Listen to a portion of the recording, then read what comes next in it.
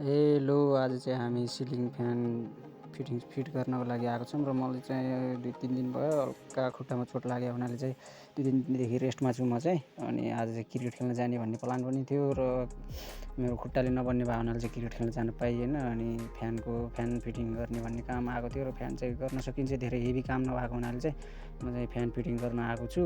अनि म चाहिँ फ्यानलाई टक्क अनबक्सिङ गरेर अनि फ्यानको पुरै पहिला एकदम सेट गरेर फ्यानलाई अनि हामी चाहिँ फिट गर्छौँ।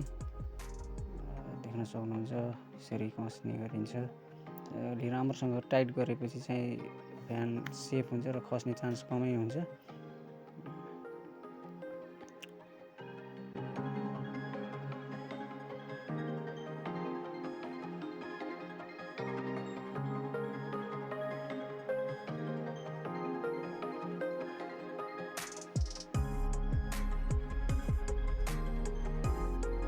अब चाहिँ लगभग फ्यान फिट भएर अब तयार भइसकेको छ। ल हामी यसलाई चाहिँ सिलिङमा लगाएर जोड्ने मात्रै काम बाँकी छ।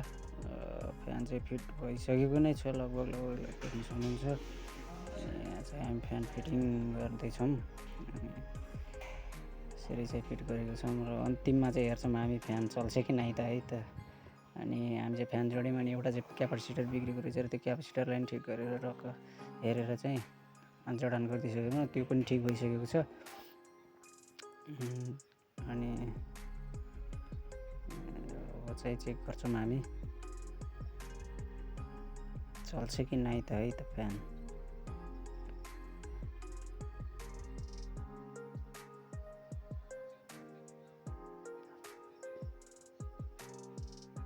फ्यान चाहिँ चलिसकेको छ र यस्तै भिडियोहरू आउँदै गर्नेछन्, हेर्दै गर्नु होला राजेश बुढाथोकी च्यानल।